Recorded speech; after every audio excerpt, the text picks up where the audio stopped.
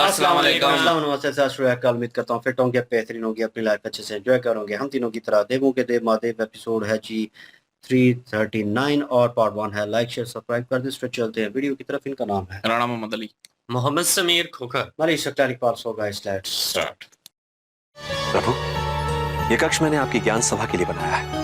यहाँ ऐसा वातावरण होगा कि इस ज्ञान सभा में जो भी उपस्थित हो उसका मन केवल आप पर और आपके कथनों पर ही एकाग्र रहेगा। दशानन, क्या आपने सब कुछ केवल पिताजी के लिए ही बनाया है? हमारे लिए कुछ भी नहीं? और पाकशाला उसके पास का मेरा कक्ष। क्षमा चाहता हूं प्रभु को भवन दिखाते दिखाते मैं आप सभी के बारे में तो भूल ही गया। महादेव के भवन में उनके परिवार के लिए कक्ष ना हो, क्या यह संभव है? आपने जितनी कल्पना की थी उससे कहीं सुंदर। और गणेश, आप निश्चिंत रहें, मैंने आपका कक्ष पाकशाला के निकट बनाया है। तो मैं निश्चिंत हूँ। तो आइए चलते हैं आपके कक्ष की ओर। आइए प्रभु।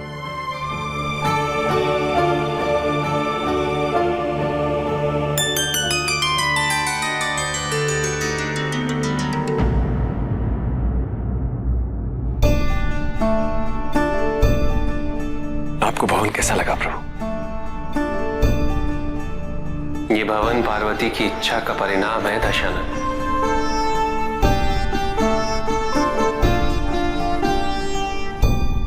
इसलिए सबसे पहले पार्वती के विचार जानना उचित होगा।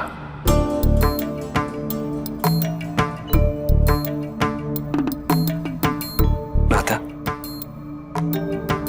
मेरे द्वारा निर्मित आपको यह भवन कैसा लगा? सुंदर, अति सुंदर।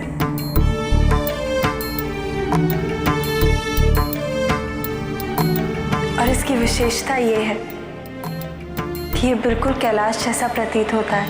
हाँ माँ, हमें भी ऐसा ही प्रतीत हो रहा है।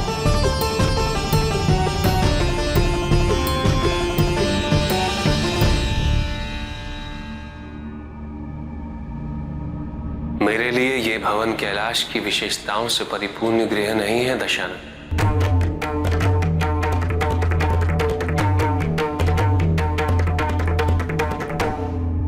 किंतु इसका कण कण तुम्हारी मनोदशा और मनोकामना को व्यक्त कर रहा है।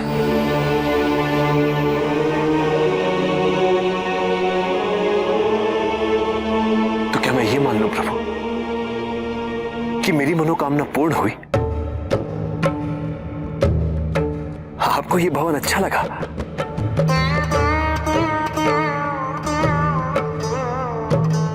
जो भवन पार्वती को प्रसन्न करे, जो पार्वती के स्वप्न को पूर्ण करे, जो पार्वती की गृहस्थी को संपूर्ण बनाए, वो भवन मुझे अति प्रिय है दशानन।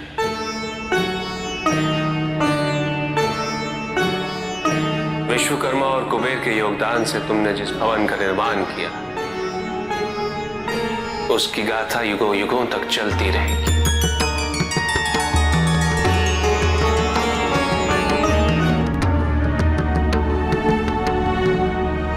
और इस भवन के माध्यम से संसार युगों युगों तक आपके प्रति मेरी भक्ति से भी परिचित होता रहेगा।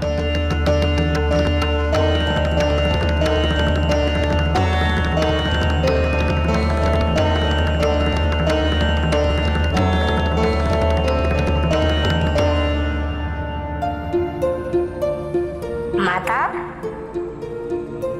आप हमें ये बताइए कि दीदी के ससुराल में क्या हुआ? मेरा मित्र नहुष बड़ा तो हो गया ना?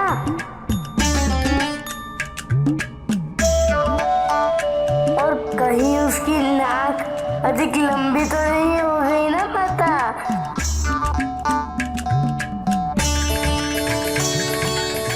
हाँ पुत्र, हमने उसे बड़ा कर दिया है।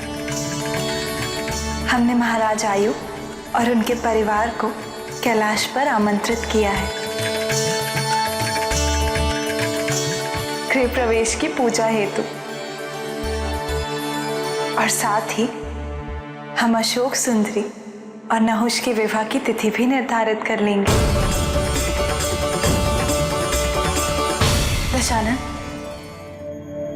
गृह प्रवेश की पूजा हेतु कौन सा मुहूर्त शुभ होगा? कल की तिथि अत्यंत शुभ है। कल ही गृह प्रवेश की पूजा की जा सकती है। प्रभु, आप अपने सभी अतिथियों को आमंत्रित कर लीजिए।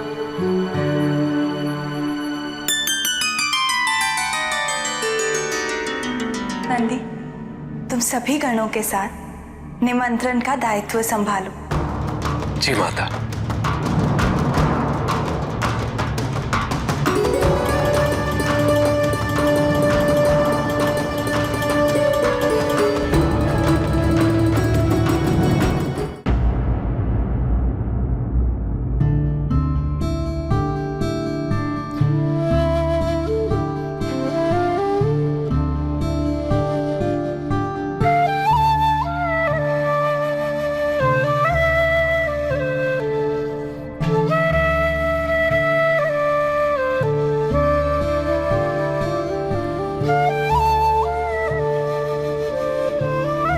स्वामी, दशानन ने एक ऐसा अद्भुत भवन बनाया है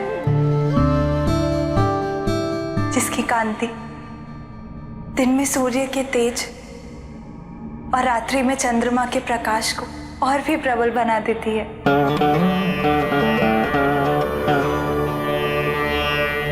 तुम्हारी सारी इच्छाएं पूरी हो चुकी हैं पार्वती। हाँ स्वामी,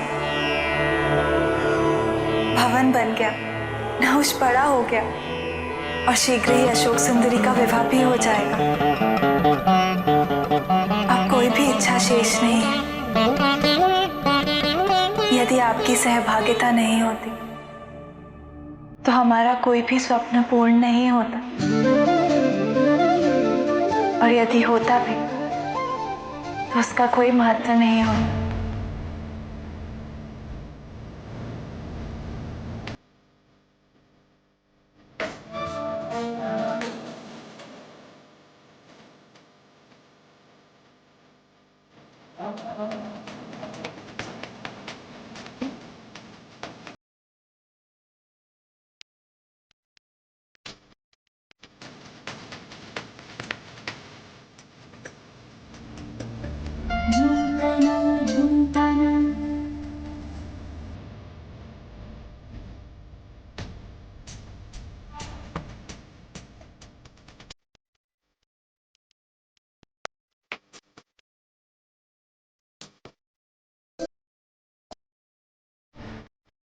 क्या सोच रही हो पार्वती? यही कि कभी कभी जीवन में क्या होता है, क्यों होता है, इसका बोध हमें उस समय नहीं होता, किंतु समय के साथ साथ उसका वास्तविक कारण स्पष्ट होने लगता है।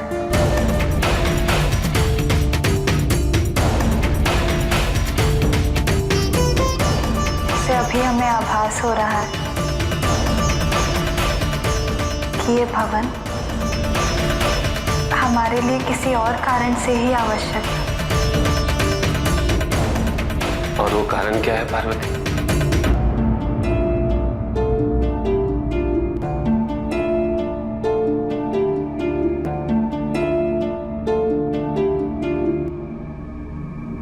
हमें इस सत्य की पुनः अनुभूति कराना कि आप हमसे कितना प्रेम करते हैं।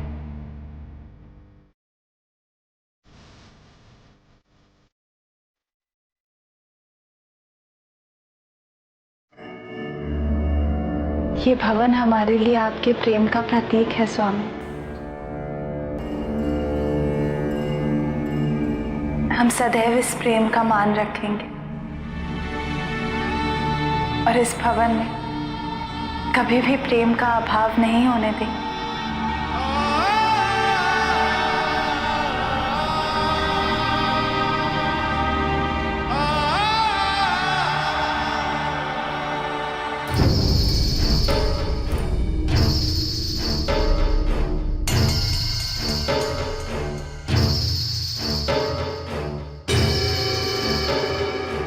देखा,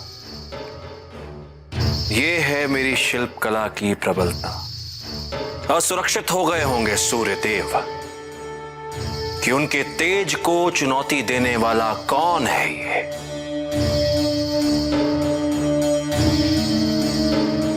सूर्यदेव का तो पता नहीं दशानन, किंतु कैलाश के सारे पक्षी असुरक्षित एवं भयभीत है,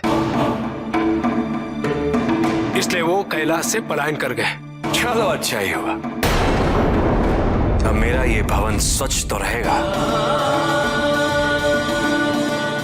वैसे भी पक्षी तो केवल मलिनता ही फैलाते हैं, और जो भी अपवित्र है उसका कैलाश से दूर रहना अनिवार्य है।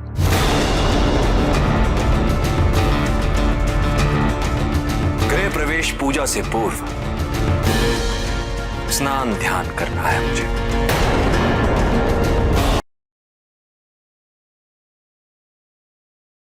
जी गाइस, और वही हुआ कि उन्होंने सवाल पूछ लिया कार्तिकेय जी ने कि हमारे लिए क्या है। तो उन्होंने कहा, गणेश जी ने भी पूछ लिया फिर। तो उन्होंने कहा कि पहले जब उन्होंने कहा कि मैं क्षमा चाहता हूं, तो मुझे लगा शायद हो सकता है उन्होंने बनाई ही ना हो, लेकिन उन्होंने कहा ऐसा हो नहीं सकता कि शिव जी की परिवार जो है वो उनके लिए मैं कुछ ना बनाऊं। तो उनको भी फिर दिखाया गया, तो फिर सारे खुश हो गए। और उस वक्त फिर गणेश जो है वो चिढ़ाने लग गए और वो पूछने लग गए उनका नाखुश का कि वो बड़े हो गए हैं, नाक तो नहीं बड़ी कर दी उनकी, तो ये तो नहीं बड़ा हो गया। तो इस वजह से जो है वो एक किस्म का शर्मा रही थी। फिर जो अशोक सुंदरी हैं, तो सारे हंस भी रहे थे, मजाक चल रहा था, लेकिन फिर माता पार्वती ने उनको कह दिया कि उनको भी दावत दी है, जब पूजा आरंभ होगी इसकी भवन की, तब जो है उनको दावत दी है, और उसी वक्त को दिन भी तय कर लेंगे अशोक सुंदरी के विवाह का और नाखुश के विवाह का। तो उस वक्त फिर इनसे पूछा गया दशानन से कि कब है मुहूर्त पूजा की, तो उन्होंने कल का टाइम दे दिया है। तो अब सबको जो है वो संदेशा भेज दिया गया है, आने का निमंत्रण दे दिया गया है। अब सारे मेहमान आएंगे और कल पूजा भी होगी। और लेकिन दूसरी साइड पे अब आए हैं यहाँ पे, और वो बड़े अहंकार में है। दशानन कह रहे हैं कि अब मेरा भवन जो है, इससे सूर्य को जो है, सूर्य देव को भी जो है एक किस्म का उनको भी ये फील हो रहा होगा कि कौन है जो मेरी रोशनी को जो है वो टक्कर दे रहा है। तो अपने आप को एक बहुत बड़ा जो है वो समझ रहा है दशानन, अहंकार है। तो उसके अलावा जो है उन्होंने फिर नंदी महाराज जो है वो गुस्से में आ गए। उन्होंने कहा सूर्य देव का तो पता नहीं, लेकिन यहाँ से सारे पक्षी जो हैं वो चले गए हैं। तो आगे से वो अहंकारी में कह रहे हैं कि ठीक है, अच्छा हो गया है, मेरा जो भवन है वो मलिन नहीं होगा, वो बस मतलब कि पवित्र रहेगा। पवित्र रहेगा और वो गंदा नहीं करेंगे। तो अब नंदी महाराज को भी कह रहा है कि जो भी अपवित्र है वो कैलाश से दूर ही रहे, मैं यही चाहता हूँ। मतलब कि इतना अहंकारी है दशानन, और वाकई ये गलत है। और जो विष्णु जी ने कहा कि इसका अहंकार भी शामिल है इसमें बनाने में, तो उसके बाद देखो आगे क्या क्या होता है। तो मुझे लगता है कि ये भवन को जो है वो क्योंकि पहले भी कहा था शिव जी ने कि जब भवन को गिराना पड़ेगा तो कैसे गिराओगी, तो माता पार्वती को कहा था। तो अब मेरे ख्याल में वो वक्त ऐसा आएगा कि माता पार्वती खुद इसको भवन को जो है वो गिराएगी, और किस तरह गिराएगी ये तो आगे ही पता चलेगा।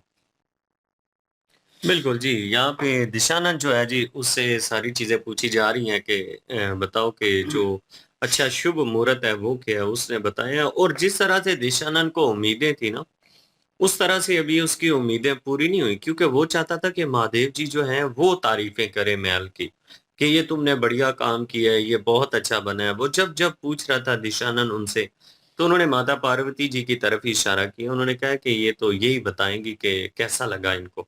उन्होंने कुछ भी नहीं कहा कि बहुत अच्छा ये स्थान है, ये स्थान है, क्योंकि वो जानती हैं कि नंदी महाराज जो हैं उनको हमेशा डिग्रेड करने की दिशानंद कोशिश करता है, और कैलाश पर्वत को मोह माया के जाल में वो बांधना चाहता है, जो कि मुमकिन ही नहीं है।